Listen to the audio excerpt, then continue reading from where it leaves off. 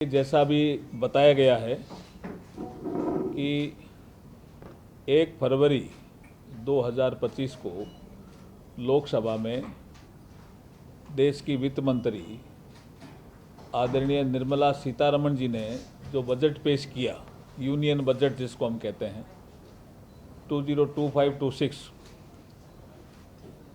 उस संबंध में जानकारी आपको पूरी हो भी गई है, लेकिन फिर भी कुछ ऐसी जानकारियां जो हम आपसे भी लेना चाहते हैं फीडबैक के माध्यम से, जो हमारा सम्मानित मंच है उनसे भी लेना चाहते हैं।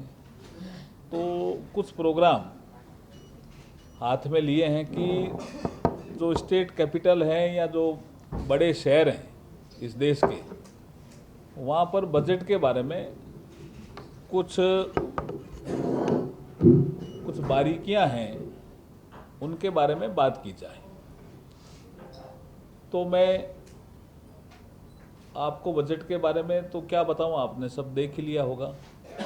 विकसित भारत 2047 का ये रोड मैप है। ये बजट भारत को विकसित भारत बनाना है 2047 तक। उसका ये जो बजट है, यूनियन बजट 2025-26, ये उसका रोड मैप है और उसके 4 इंजन हैं। एक इंजन है एग्रीकल्चर डेवलपमेंट। तो हमारे आसाम में या नॉर्थ ईस्ट में जो एग्रीकल्चर से जुड़े हुए लोग हैं, उनके लिए इस बजट में बहुत सी बातें कही गई है और पहला इंजन भी एग्रीकल्चर डेवलपमेंट रखा है और दूसरा इंजन हमने रखा है इन्वेस्टमेंट। इन्वेस्टमेंट 2 तरह का होता है, एक पब्लिक इन्वेस्टमेंट और एक प्राइवेट इन्वेस्टमेंट। पब्लिक इन्वेस्टमेंट में अगर कोई हॉस्पिटल में हमने कोई उपकरण दिलाए या इंफ्रास्ट्रक्चर के लिए पैसा दिया, या रेलवे स्टेशन के लिए, जैसे अमृत भारत स्टेशन में 60 रेलवे स्टेशन को हम अच्छा बनाने के लिए पैसा दे रहे हैं असम में, या रेलवे स्टेशन के रीडेवलपमेंट प्लान में हम पैसा दे रहे हैं करीब 872 करोड़। तो ये जो इन्वेस्टमेंट है ये पब्लिक इन्वेस्टमेंट कहलाता है। और एक होता है प्राइवेट इन्वेस्टमेंट। अब कोई आदमी अपनी दुकान खोलना चाहता है, कोई बिजनेस करना चाहता है, कोई इंडस्ट्रियल यूनिट सेटअप करना चाहता है, ये एक प्राइवेट इन्वेस्टमेंट होता है। तो इन्वेस्टमेंट 2 तरह का मैंने समझाने का आपको प्रयास किया। वो भी एक ग्रोथ का इंजन है जिसको हमने सेकंड इंजन का नाम दिया है। तो फर्स्ट इंजन तो हुआ हमारा एग्रीकल्चर डेवलपमेंट, दूसरा इंजन हुआ हमारा इन्वेस्टमेंट, कि इन्वेस्टमेंट की गति हम बनाए रखेंगे और इस बजट में भी इन्वेस्टमेंट के लिए हमने बहुत से कदम उठाए हैं जो आपकी जानकारी के लिए मैं दूंगा बाद में। तीसरा इंजन हमारा एमएसएमई का फोकस है कि जो एमएसएमई जो हमारे उद्योग धंधे हैं, माइक्रो इंटरप्राइजेज जो हमारे काम हैं, मीडियम माइक्रो, तो उस इंटरप्राइजेज के लिए हमने जो हमारा लोनिंग की लिमिट है वो भी बढ़ाई है, इनकी डेफिनेशन भी चेंज की है, टर्नओवर की परिभाषा भी चेंज की है। तो एमएसएमई बढ़ेगा तो इस देश में रोजगार भी बढ़ेगा, एमएसएमई बढ़ेगा तो प्रोडक्शन भी बढ़ेगा, और जो हमारी जीडीपी है वो भी ठीक बनी रहेगी, क्योंकि जीडीपी में भी मोटे मोटे जीडीपी के बास्केट में 3 कंपोनेंट आते हैं। जीडीपी का पहला कंपोनेंट है कंजम्पशन।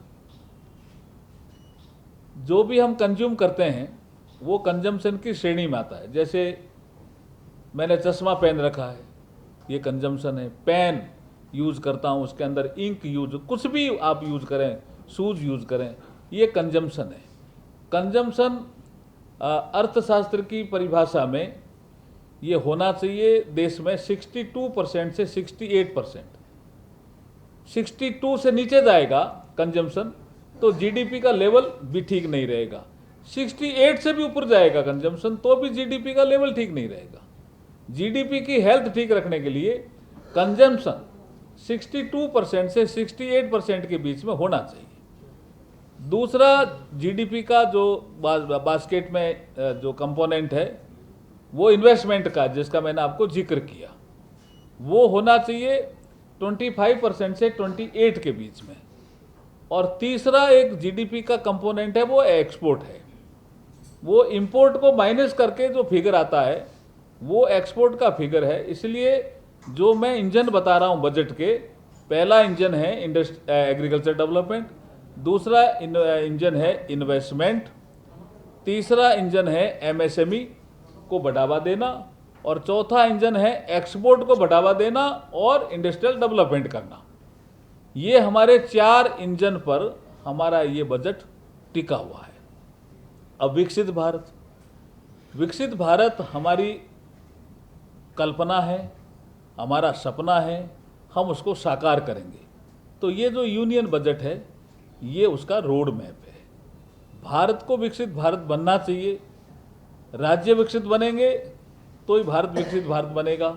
इसलिए हम राज्यों में आकर के उस बजट की बारीकियां समझाने के लिए कार्यक्रम जो हमने हाथ में लिया है, ये एक ऐसा कालखंड है जिसमें नॉर्थ ईस्ट में, विशेषकर असम में, हम तेज़ी से विकास देख रहे हैं। ये देखिए, हम अभी चल रहे हैं इंडस्ट्रियल जो रिवॉल्यूशन 4.0 में। इस संसार में पहला जो इंडस्ट्रियल रिवॉल्यूशन जिसको हमने बोला, इंडस्ट्री 1.0, जब स्टीम का आविष्कार हुआ, उसको हमारे रणनीतिकारों ने, हमारे विवेचना करने वाले लोगों ने बोला कि ये इंडस्ट्रियल रिवॉल्यूशन 1.0 है।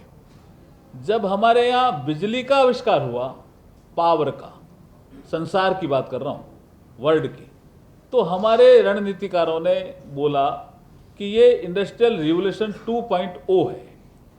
लेकिन जब हमारे यहाँ आईटी का आविष्कार हुआ और आईटी बहुत तेज़ी से आगे बढ़ा, तो उसको भी इंडस्ट्रियल रिवॉल्यूशन बोला गया, लेकिन वो इंडस्ट्रियल रिवॉल्यूशन 3.0 बोला गया। और जब हम रोबोटिक युग में आ गए, 3D प्रिंटिंग में आ गए, और हम आपके जो इसमें आए, हम इस युग में, तो उसको हमने एआई के युग में, आर्टिफिशियल इंटेलिजेंस के युग में आ गए, और इस बजट में भी आर्टिफिशियल इंटेलिजेंस को टच किया जी। तो ये जो हमारा युग है, इसको हमने इंडस्ट्री 4.0 बोला है। तो इंडस्ट्री 4.0 के युग में हम प्रवेश कर गए। Artificial intelligence, robotics, 3D printing, internet वाला IoT, उससे हम अलग नहीं रह सकते ना। जब अलग नहीं रह सकते तो इनको भी हमने यूनियन बजट में, इन चीज़ों को भी हमने एड्रेस किया है। तो ये बजट जो हमारा है वो भारत को विकसित भारत बनाने के लिए है कि 2047 तक 100% भारत विकसित भारत बन जाए। इस दिशा में बढ़ते हुए उसके कदम हैं। और अगर आप देखेंगे कि जो हमने बजट दिया है, आप रेलवे एक आप फिगर ले लीजिए। और अभी हम चर्चा कर रहे थे हमारे साथियों के साथ, तो जो एक डिवोल्यूशन करके एक टर्मिनोलॉजी है बजट में, स्टेट डिवोल्यूशन फंड जिसको बोलते हैं, उसमें कभी 10,000 करोड़ होता था असम का, जो बढ़ करके हो गया 45 करोड़, 45,000 करोड़, मतलब 45,000 करोड़। आप देखिए ना कितना तेजी से पैसा जो है बढ़ा है और वो असम को मिल रहा है। ऐसे हमारे जो अमृत भारत स्टेशन में रेलवे स्टेशन ठीक हो रहे हैं, रीडेवलपमेंट प्लान में रेलवे स्टेशन ठीक हो रहे हैं, पुल बन रहे हैं, हमारे उड़ान योजना में एयरपोर्ट की कनेक्टिविटी बढ़ेगी, हाईवे बढ़ेगा। ये सारे इस बजट में, और इसका पर्पज एक ही है, असम को भी विकसित असम बनाना है। इसलिए हम फाइनेंशियल जो हम आउटले है वो ज़्यादा रख रहे हैं। और भारत को विकसित भारत बनाने के लिए राज्यों का विकास भी तेज़ी से होना चाहिए। इसलिए बजट की जो बारीकियां हैं, उसका मोटा जो आपको मैं कह रहा हूँ 4 इंजन, विकसित भारत, और आउटले भी हमने कई जगह 4 गुना बढ़ाया है, कई जगह 3 गुना बढ़ाया है, कई जगह 5 गुना बढ़ाया है। सेक्टर कोई उठा लीजिए आप अगर तुलना करेंगे कांग्रेस के ज़माने की यूपीए फर्स्ट और सेकंड से, तो हर जगह आपको हमारा आउटले बढ़ावा मिलेगा। और वो भी सिंपल नहीं, डबल नहीं जी, 4 गुना, 5 गुना, 6 गुना ऐसे आउटले मिलेगा। इसके लिए निर्मला जी ने जो बजट पेश किया, प्रधानमंत्री जी के निर्देशानुसार, मैं प्रधानमंत्री जी को, हमारे नरेंद्र मोदी जी को और निर्मला जी को इस अवसर पर बधाई भी देता हूं। और शानदार काम यहाँ के मुख्यमंत्री जी कर रहे हैं, हेमंत बिश्व शर्मा जी, उनकी पूरी टीम कर रही है।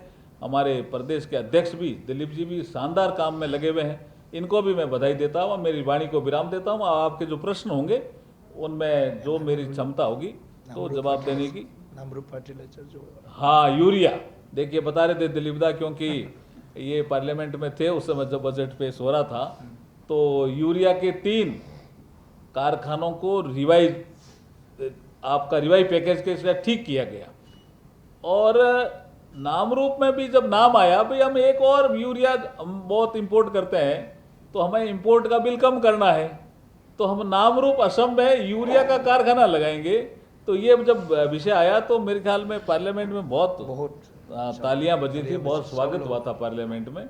तो ये कुछ ऐसे विषय थे। आपका कुछ विषय होंगे तो आप पूछेंगे तो अच्छा रहेगा। देखिए, महंगाई 2 भागों में है, CPI, consumer price index, food inflation, 2 भागों में है। आप देखेंगे कि यूपीए के समय डबल डिजिट में चली गई थी महंगाई भाई, हमने कंट्रोल करके रखी है, नियंत्रण में रखी है, कोविड के बावजूद रखी है। महंगाई को नियंत्रण जो हमारा फाइनेंशियल मैनेजमेंट है उसके कारण ही संभव हो पाया जी। और आपने देखा होगा कहाँ रूस और यूक्रेन का युद्ध चल रहा है, कहाँ कोविड से हम उभरे हैं, उन सबके बावजूद महंगाई नियंत्रण में। अब मैं देखे, मैंने विपक्ष की आलोचना भी सुनी।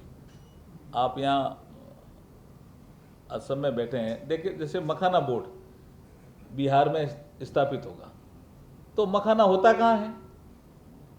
बिहार में होता है। अगर मसाला बोर्ड कहीं साउथ में है तो मसाला सादा साउथ में ही होता है। रिफाइनरी का हेड का चाय बागान का कोई काम होगा तो आसाम में ही होगा ना, है?